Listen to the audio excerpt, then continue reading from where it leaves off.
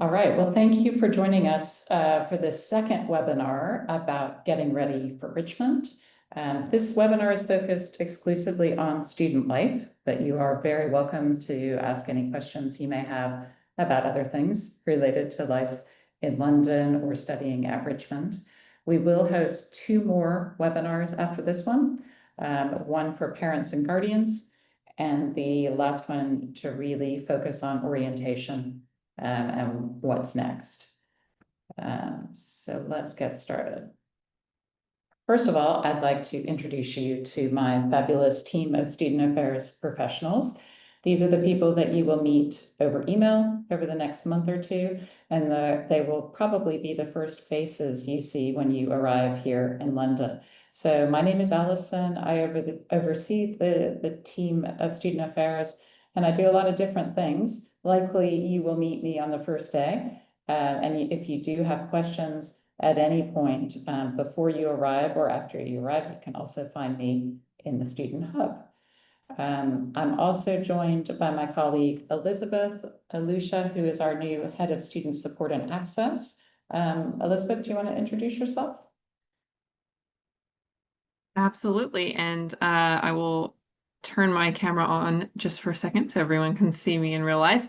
Welcome everyone. Looking forward to meeting you on campus for orientation. If you do have any questions about student life in general, or specifically around student support or accessibility, then do come my way and we'll make sure you get to the right person. Great. Thanks, Elizabeth.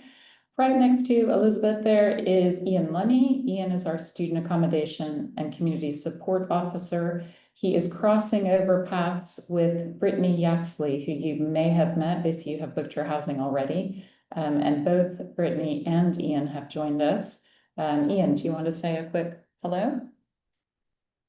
Yeah, of course. I'll also put my camera on so you can see me. So hello, everybody. I'm looking forward to meeting you all when you come to campus in the future. And if you do have any questions regarding your accommodation, community engagement, clubs, etc., which we'll go through later, feel free to send me an email. Send Brittany an email as well if you've been contacting her in that crossover. Great, thanks, Ian. And Brittany, we don't have your picture here because you're leaving us to return to the US, but do you want to say a quick hello while you're here? Yeah, of course. I'll turn my camera on as well. Just like Ian said, if you have any questions about housing or community support, that's what I'm here for. If you are staying in our housing, I've probably already emailed you multiple times. So it's nice to meet you guys, and I'll go over some more housing details in a little bit. Great, thank you. Alice Fillingham, who's right there next to Ian, is our Student Accessibility Officer. So if you are somebody who may need a little extra support with some of your academic studies or your transition to campus life, Alice is a great person to talk to. And I think you're with us today, Alice. Do you want to say a quick hi? Yeah, sure. So hi everyone, I'm Alice. I'm the Student Accessibility Officer. And so that means that I create support plans for students with additional needs. So if you have any questions, let me know. You can email me, message me on the chat today. But otherwise, looking forward to seeing you and meeting you all. Great, thank you. So I know Jason is not with us today. Jason is busily working out scholarship protocols in our new student portal. But Jason is our head of student financial assistance. If you are somebody coming to study with U.S. Department for Education loans, or you have been offered a scholarship with us at Richmond, Jason is likely the person who is going to allocate that to you. He's a great person to talk to about scholarship requirements and financial support of any kind. Down on the bottom row, I've got our team of UK VI compliance. That's Catherine Little and Chi Wang. They will be the people that you meet on arrival in London who will check your passport and your e-visa or perhaps your boarding pass if you're coming as a visitor, and give you all sorts of information about the do's and the do-nots of studying in the UK on an immigration record. Next to them are Maria and Ragat. They are our careers team. So Maria is our careers support officer. She'll start talking to you very early about the things you can do to start to boost your employability as a student at Richmond. and Ragad manages our international internship program. So if you are considering taking part in an academic internship as part of your course, Ragad will be the one helping you source that and supporting you through it. And last but never least, Kirsty Ibbotson is our RISA Student Support Officer. I don't think we have anybody joining us with our international sports management program today, but if you are studying in Leeds, Kirsty does a variety of things up there to support our students on that program. I think we have a couple of colleagues from international programs as well. Both Maggie and Kiara have joined us, and they are supporting our study abroad population who will be arriving in September. Maggie, do you want to say a quick hi? Yes, absolutely. And yeah, hi everyone, my name is Maggie and I work for the International Programs team. I'm one of the academic advisors for mainly exchange students and students coming to us from Westminster College in Pennsylvania. Really looking forward to meeting you in September, and as the whole team has said, if you have any questions at all, feel free to reach out. Great, thanks, Maggie. And Kiara. Hi everyone, my name is Chiara. I work with Maggie and Camilla in the International Programs Department. I look after USC students and University of San Diego students coming in fall. So any questions in terms of academics, you can reach out to me. And I look forward to seeing you in September. Thanks, Kiara. All right, so as Brittany said, if you are planning to live with us in student accommodation, which is our partners at Stay Club North Acton, you will meet this team on arrival. And Brittany, I'll hand it over to you.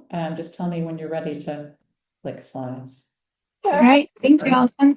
Oh, so we have, no worries. As Allison mentioned, we do have 3 members of our student body who are going to be living on campus with you, or I say on campus, in the building with you. We have Rowan, who's our resident director, and we have Amanda and Kaden, who are our resident advisors. So you probably already know this just because I've explained it to you if you've gotten an email from me, but we are all going to be in the same building, but spread across 3 different floors. So you'll have one residence life member on each floor that you can go to with any problems that you have or any concerns.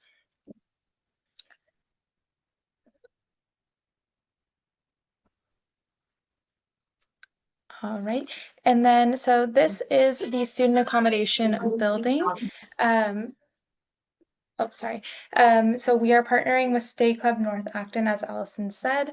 It takes 34 minutes on the bus to get to campus, and there is also an overground, which is about a 15-minute walk and then 12 minutes on the overground. So totally up to you, which you'd prefer to take.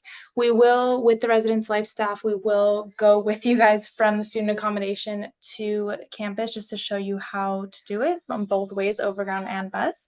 In the student accommodation, this includes your studio flat, which has I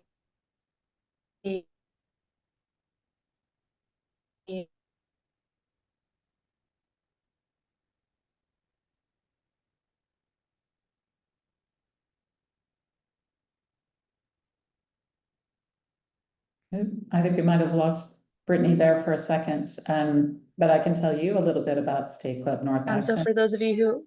You got it. Okay, sorry, Brittany, we lost you for a minute. Oh, sorry. Can you hear me now? Yes. Okay, perfect. So on site, you also have a gym and a cinema room, and we have a cafe. Some of you have already opted in to pay for a meal plan. If you have, you'll be hearing from them at the end of July. If you have not, but you are interested in that, send me an email and I can get you on that list. Otherwise, you can, just buy things from the cafe ad hoc. You don't have to have the meal plan. As we mentioned, there is the live-in staff, and then we also will have programmed events and activities running throughout the year as well. Housing applications did close last week on July 1st, so unfortunately we don't have any more rooms to give as of right now. But if you are still in need of housing, please email us at the Student Affairs email and I will walk you through what your options are. And if you click on this link, you can view photos on our website and there is a virtual tour of the studio itself as well. Great, thanks so much, Brittany. As Brittany said, alongside a Great Residence Life program, we also host weekly events and activities. Many of these are right here on our campus, but they're also making use of London and all the wonderful things that are on offer in our capital city. So I'm going to hand over to Ian to talk a little bit about orientation activities. That's great, thank you. Yes, so we have a few activities already planned for orientation, with some more which will be added to the calendar which we haven't set in. Our calendar you'll find on our website, which I'm sure we'll send to you via email. But initially we'll be looking at a speed meeting on Monday where you'll get to meet everybody in the accommodation. As Brittany mentioned, the Stay Club has lots of facilities there, so it's likely we'll be doing this on the Stay Club campus or building. Then Tuesday, there will be a paid Wicked show that you will be able to participate in, which is super popular. I would totally recommend going to see. I loved it personally after I saw it. Then there's a boat tour that you can take part on as well. Football stadium tour of Arsenal, unfortunately, which I did not pick. Otherwise, it would have been Spurs.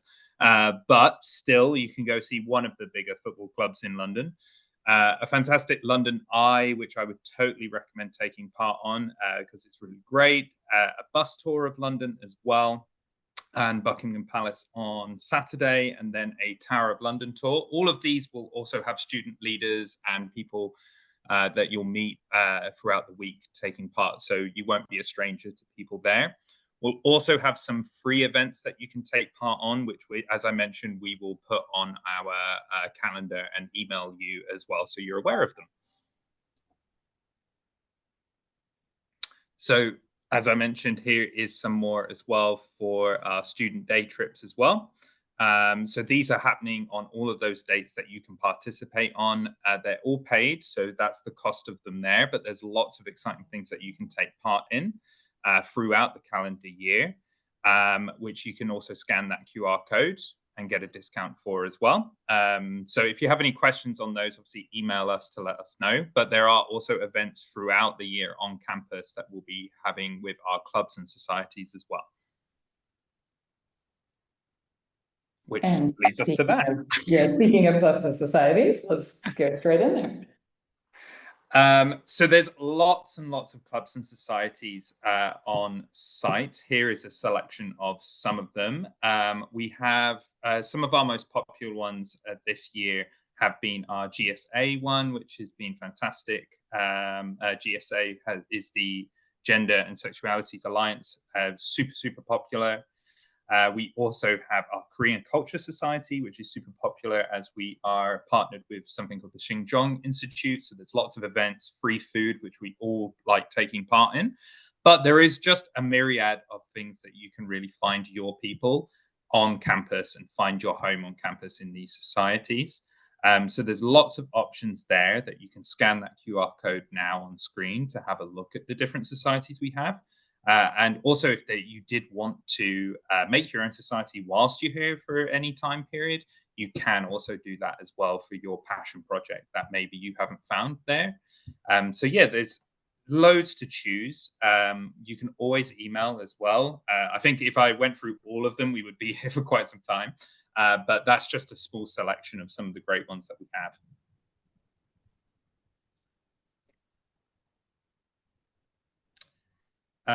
So as I mentioned on the previous slides, we have weekly events that take place on campus from our societies. This usually happens every Wednesday in the lobby, which you can take part in, as we've got photos there. The Baking Society, who are, again, one of the most popular ones, where you can decorate your own cupcakes. We have our Gaming Society, which has got like Mario Kart, which I particularly was fond of. We have our Japanese Cultural Appreciation Society, which did some folding origami. But there's lots of different ones throughout the year that take place every Wednesday. There will be lots of publicity about them via email and also in our student newsletter. So it's really important to keep an eye on our student newsletter that comes out every week, where you'll see what events taking place on that Wednesday. And if you'd like to take part, which we obviously would love you to. So just keep an eye on that. And there's lots of other events in that newsletter as well that you can take part in. Great, thank you, Ian. In addition to the events and activities that we host in Student Affairs, we also have a Student Governance Society, and this is Student Government Association. These are elected students that represent you, and they will be a part of a lot of the events and activities that we host on campus, but they'll also host forums to access student feedback and talk to you a little bit about how your course is going. As I said, they represent you. They will be hosting forums. There will also be representatives per course. So let's say that you're studying fashion management and marketing. You would have a course representative who also studies on your course, gathering your feedback about how things are going and making suggestions to the head of department. We do have students on every one of our committees at the university. So anything to do with operations, student experience, academic decisions, there will be a student there listening in and giving feedback.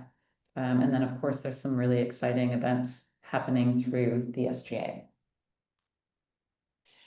I think I saw my careers team joining, Ragad and Maria, and I'm going to hand over to you to talk a little bit first, Maria, about career services. Hi, everybody, and welcome to Richmond. I'm Maria. I'm the Career Support Officer, and I'm more than happy to welcome you to the hub and sit with you after an appointment and help you with writing your UK CV, preparing you for interviews and your cover letters, talking with you about your career pathways and employability timeline. Many of you might want to have a part-time job, so I can help you with that, as well as getting more acquainted with working with the culture of working in the UK. And volunteering is a very good way for you to start getting familiar with working and getting references from those places. Also, networking with others through LinkedIn or other channels and with our alumni are very good ways for you to progress into what you want to be your future career. And Ragad can tell you more about the internships. Yes, thanks, Maria. Hi, everybody. I'm Ragad, and I'm the internship officer here at Richmond. As you know, we're a liberal art core university, so part of the liberal art core, we run an internship program that you can take as part of your credits.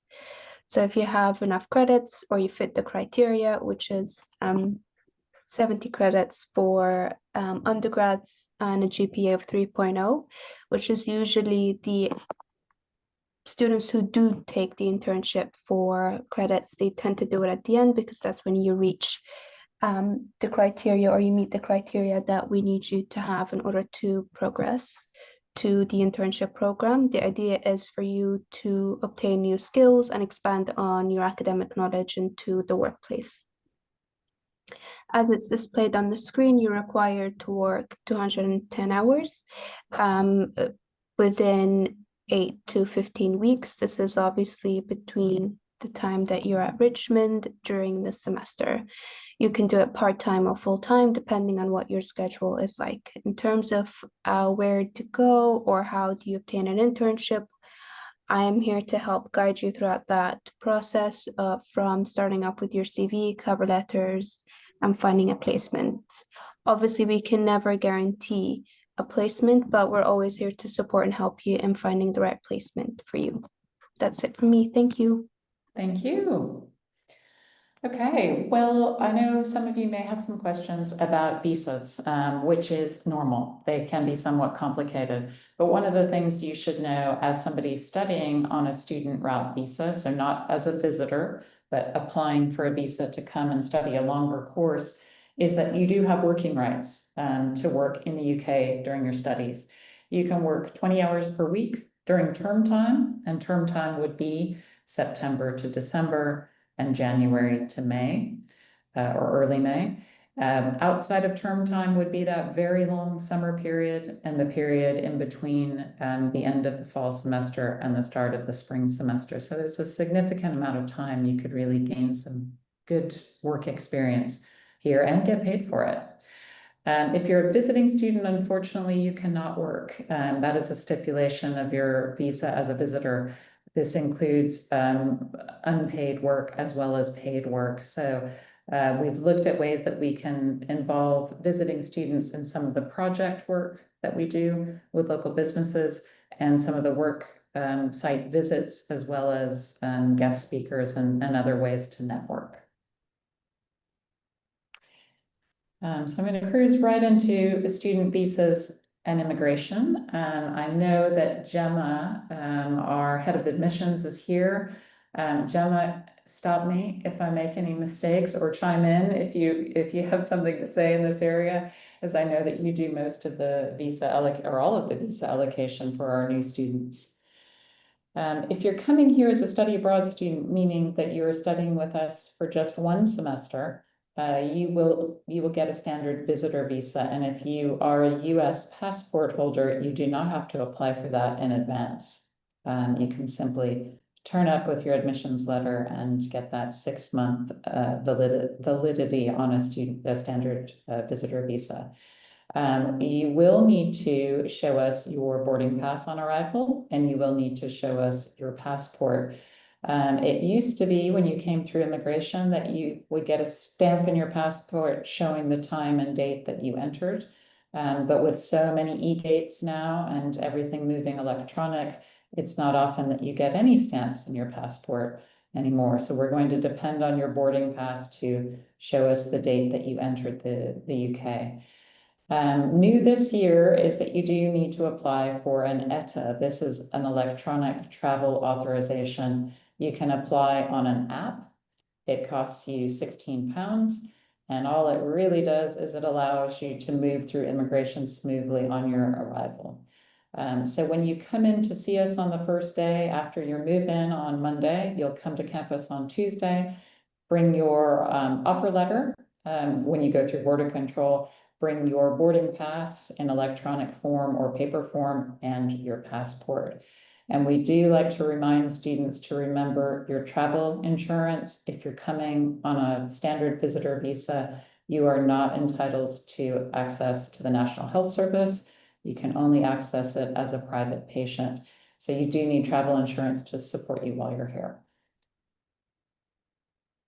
Okay, if you are coming for a full year of study as a visitor, or you are a degree student coming for a 3 or 4 year course, you will need to apply in advance for your visa. And to do this, you will need, of course, a passport that's valid for more than 6 months. You'll have to show evidence that you have the finances to support yourself while you're here in the UK, and there is a formula to do that. You'll also need to show evidence of your previous study. So this might be a high school transcript or diploma. It might be IB results or something similar. And it is that information that we've used to assess your qualifications to join us. Some applicants will have to show vaccination records. It depends on which region of the world you are from. But what our helpful admissions team will do is allocate you a CAS, which is a confirmation of acceptance of studies, and you will use this to apply for your student route visa. The student route visa also requires you to pay an international health surcharge, and this is what gives you access to the national health insurance during your studies here in the UK. Okay, so the step-by-step process for applying for a visa is first to provide documents to our admissions team and obtain your CAS. And they will do this once they have sifted through your documents and verified all of them.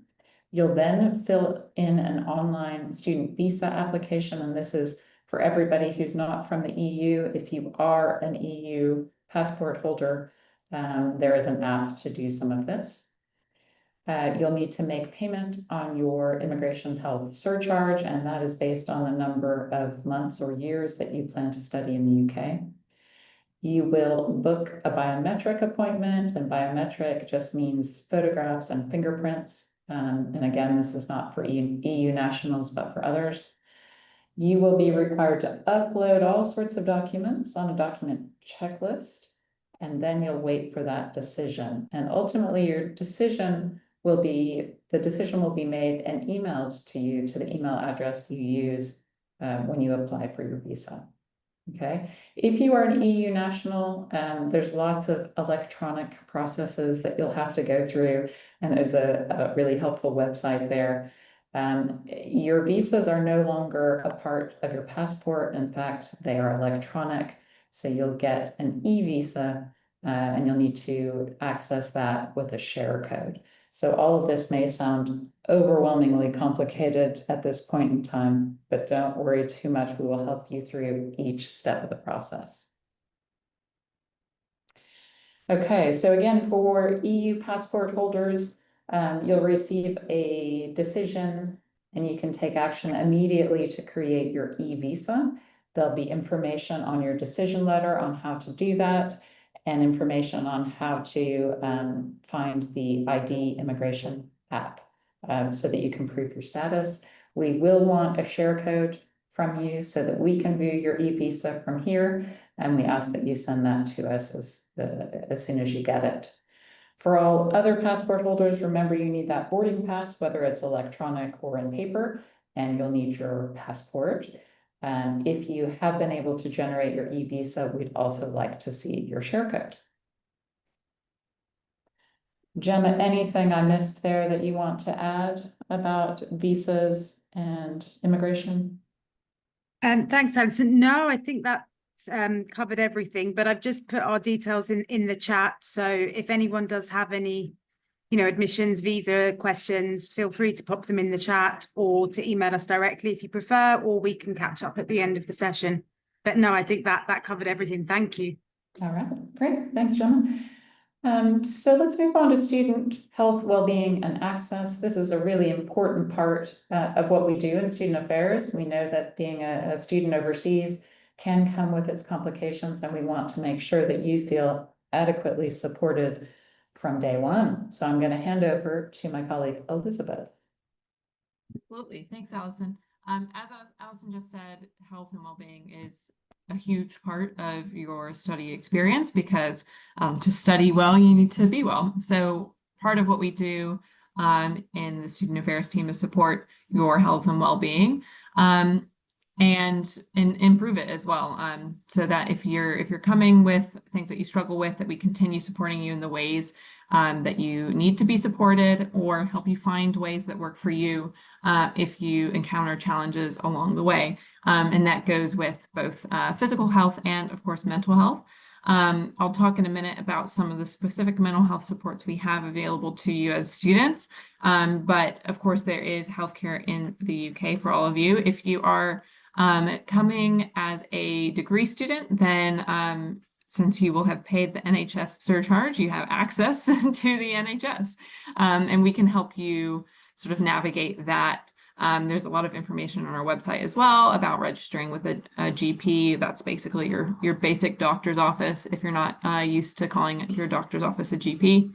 And if you're a study abroad student only coming for one term, then we can talk about what additional supports are available to you as well. And I know that our international programs team will have likely sent you some information about that. We also help with sexual health. That's part of your overall health and well-being too. And then all of the ways in which your health may impact your studies. So say something happens and you maybe didn't perform as well in a class as you would have liked to, or on exam as you would have liked to because of things that were going on in your life, then we can help you in your appeals and petitions help work through that guidance and just navigate that that situation, that process. So we're here for all of that. We also are safeguarding leads, so we help mitigate any risks and just general support around safeguarding. And of course, we help to connect all of you with local services and charity as well, because beyond just the walls of Richmond, there is a whole host of services that are there to support you as a person, not just as a student. So as I alluded to previously, we do have a lot of supports for mental health. One of those is the Richmond Counseling Service. We have a team of really, really great and well-qualified counseling professionals, and you can get, as a student, 6 sessions totally free. So as long as you're registered and you're going to classes, then you can access counseling through us. And that can be for anything that you need. If you find that maybe at home you've done counseling and you would like to continue that, then we can hook you up with one of our counselors. Or if you want to try it for the first time, if you're going through something difficult, then we can put you in touch and you can try it for the first time at university.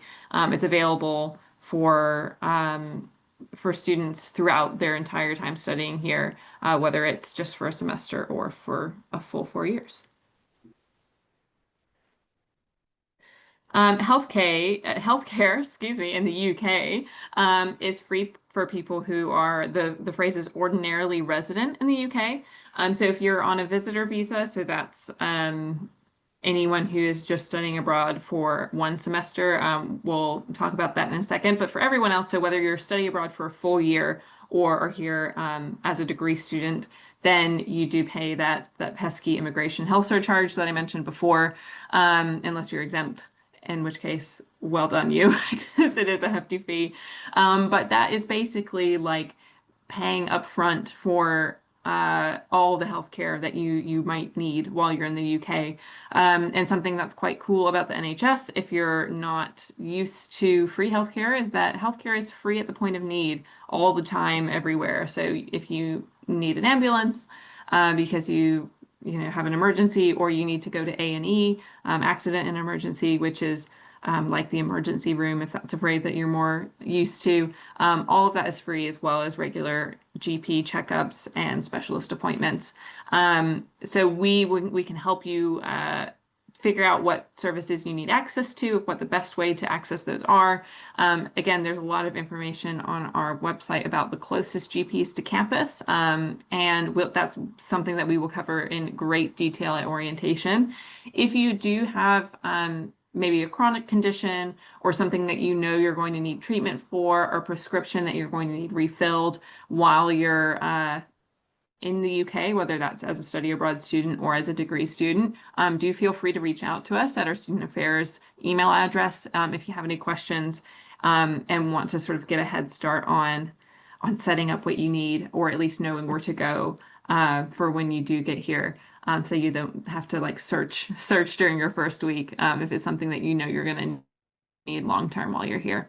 And of course, if you are visiting for less than 6 months, so that's all of our 1-term study abroad students, we do really, really recommend, if not insist, that you have private health insurance, some sort of personal medical insurance for while you're here. So whether that's some type of travel insurance, or maybe you have some sort of add-on you can do to insurance from your home country, whatever you need to do to make sure you're covered, that is absolutely essential because you don't want to be out of pocket for emergencies. And we want to make sure that you get connected with the care that you need.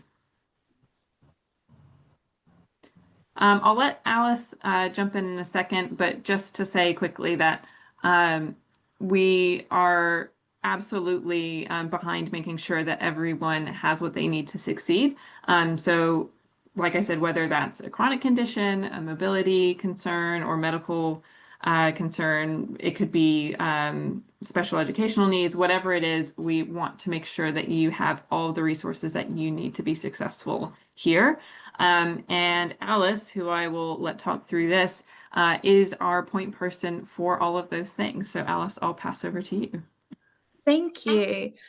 Like I said in the introduction, I put in place support plans for students with additional needs. So accommodations in classrooms and exams to make sure everyone can reach their potential during their time at Richmond. Accommodations help students be on the same level and have the same opportunities. And we make sure that this happens because under the Equality Act, we have a legal requirement to provide reasonable adjustments for students with disability, specific learning difficulty, medical or mental health condition.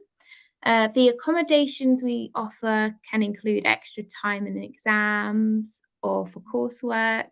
We can negotiate the deadlines, preferred seating in class, maybe a short rest break in class to help reconcentrate, or just help finding extra resources online. If this applies to you at all, the process is really easy. You can contact me by email, or you can fill out the form online or on our website. I'll just ask you a few basic questions about the support that you would benefit from, and I ask you for evidence of your diagnosis, and together we can make sure support is in place for you. And I'll also signpost you to any other services that we have at the university, which I think you might find useful. Great, thank you very much. All right, so beyond the super helpful Student Affairs team and the International Programs Office, and of course our colleagues in admissions, we also have peer-to-peer support. And these are students who have been through at least a semester at Richmond and now want to give back. Maybe they've had a really great experience and they want you to have the same experience, or perhaps they've really struggled and they want to make sure that that doesn't happen to you. So we have a host of different types of peer support. One group are called peer mentors, and these are students that work within the liberal arts curriculum. They even come to classes supported by liberal arts and help students transition from life at home into life into the UK and take on new responsibility and resilience as part of this. Peer tutors are similar to peer mentors, but they help with subject-specific academic support.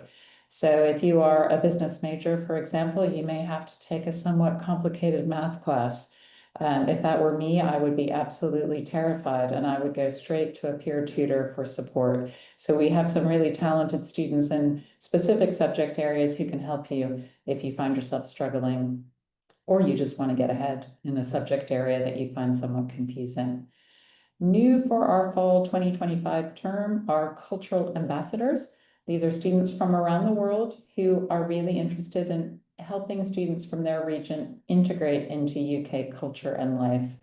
London is a very international city, so I think some of the things the cultural ambassadors will do is really support the diversity of our community, but also help you navigate pathways that may seem counterintuitive to your culture, or communicate with people in a way that you haven't had to do before.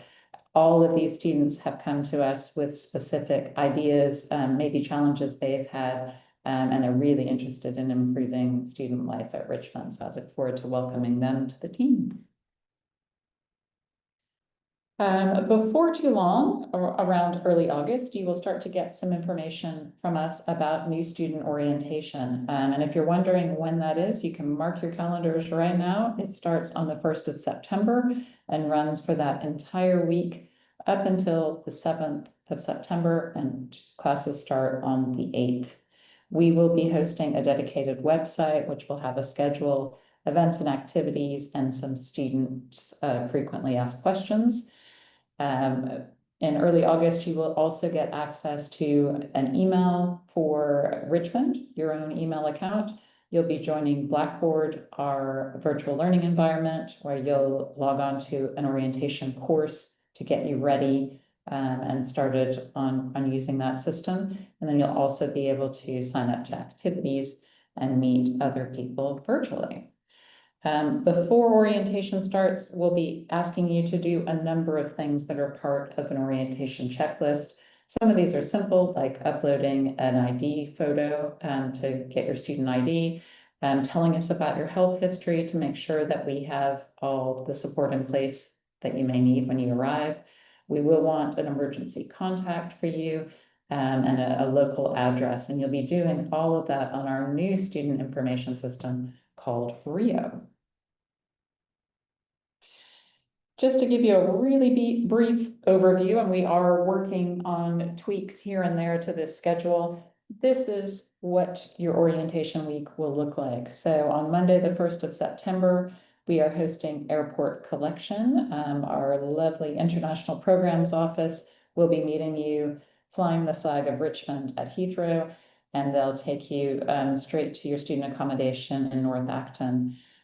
You'll be met there by your resident director and resident advisors and helpful student affairs staff, and you'll move into your studio flat. We'll host some activities and events to get students acquainted. So that is the 1st of September. On Tuesday, the 2nd, you'll come to campus and you will need to bring all of those documents we talked about earlier, your boarding pass, your passport, have your share code ready to tell us about your e-visa. And you'll go through a number of seminars and activities to get you learning about campus life. So there'll be campus tours, a library orientation, some information about living in London, some support in accessing university systems, and a few other seminars related to how to get through registration and other bits. On Wednesday, you'll get a little more academic information and you'll start to meet some of the faculty that teach on your course. You'll also be meeting other students that will be studying on that course, and we'll host a friendly reception where you can meet with some of those people in a relaxed setting. Thursday, our Student Government Association will welcome you, and there'll be an opportunity for a few repeat sessions. We are very keen by Thursday to have everybody registered on classes so that as we move into Friday, you will know exactly where you're meant to be the following Monday. And the activities that Ian mentioned early on about orientation, those will be hosted throughout the week. They're happening every afternoon or evening, all the way through the weekend. So catch up on your sleep before your arrival in London. We're going to keep you busy. And I think that is it for us